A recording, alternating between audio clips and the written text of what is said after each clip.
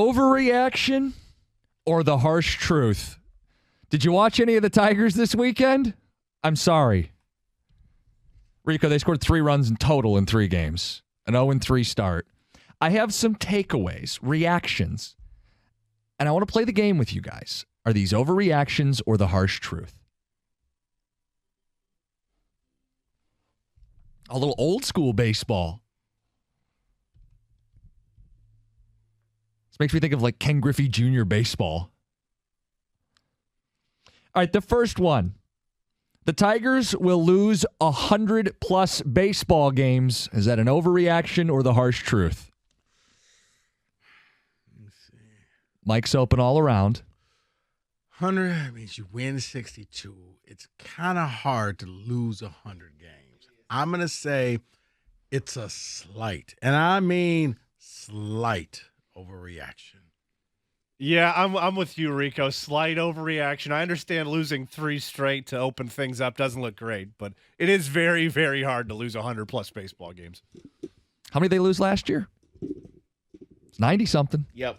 Are they any better than last year? No, they're not, and that's where I was going to say. I get what you all are saying. It is very difficult. I know this, but where's the offense coming from? I don't see it. So, yeah, I think they will lose 100 games. See, I said last week that they would flirt with 100 losses. And after watching this weekend, I think they're going to do more than flirt. Wine and dine and go out for ice cream after, and then the nightcap, and it's going to be 100 losses. Second reaction. Torkelson is going to be a bust. Headed that way. Is it an overreaction or the harsh truth? That's an overreaction. He was 1 for 11, no walks, ton of ground balls, 0 fly balls. It's an overreaction. He's still very young in his career. You don't label him bust. He's still this. Here's a sad reality. You're a young player on a bad team. So who's teaching you? Who's helping you get better? You don't have that person where you can put their arm around you and help you get to that next level. Unfortunately, you are one of the team leaders. Hinch talked about it this last week. He puts a lot of pressure on himself. Seems like the type of team that's going to put him in a tough spot for most of the year. Kenny, what do you think? I think he may end up going down to Toledo for a little bit and just spending some time getting his mind and his game right, but I don't think that means he's going to be a bust. I think he can come back from that. Is that you? Akil Baddoo just stole home. I'll say that's an overreaction. David, what about exit velo? Yeah, I'm tired of hearing about that regarding Torkelson. Here's the thing. I'm kind of the running joke within my friends group because I gave up on him. I thought he was a bust at the end of last season. So, yes, that is soon. But 1 hit so far. I know it's 3 games, but, I mean, until the hard hits become actual hits, then we'll see something. But he's a bust in my mind. Again, 1 for 11. Tardy on the fastballs. Nothing out of the infield. Concerned? I am. Next one. The Tigers don't have a number 2 starter. Turnbull got hit up on Saturday. Wentz was, all right, I guess. Overreaction, harsh truth. No number 2 in Detroit. Do they have a number 1? That's exactly what I was going to say. I don't even know if they have a number 1. I mean, Erod's all right. That's the harsh truth. They don't have a single pitcher. Harsh truth. Erod, I mean, how many teams would he be the ace of? Very few. Right. So, yeah, that is the harsh truth. Wait, no, that means he is a number 2. So they have a number 2. They have a number. They don't have a number 1, but they have a number 2. How about this? They don't have 2 quality pitchers. That is correct. That is the harsh truth. David? Yeah, Erod's a number 4. He's not even a number 2. So, no, they don't have a number 2. Vierling and Maton are just the Castros in disguise. A combined 0 of 13 to start the year. Overreaction or harsh truth? That, my friend, that's the harsh truth right there. That's a good way of putting it. I like that. They're the Castros. Yeah. You just, upgrade it, but you really didn't upgrade. You just moved your house across the street. Same view. That's probably the harsh truth, but they need like a nickname like Hammerin or Hittin' Harold or whatever they called him. If they can accomplish a nickname like that, then they're officially the Castros in disguise. This is sad. Harsh truth. This is bad, man. I got 2 more. The offense, as bad as it looks, is even worse than last year. They've scored the fewest runs, lowest on-base percentage.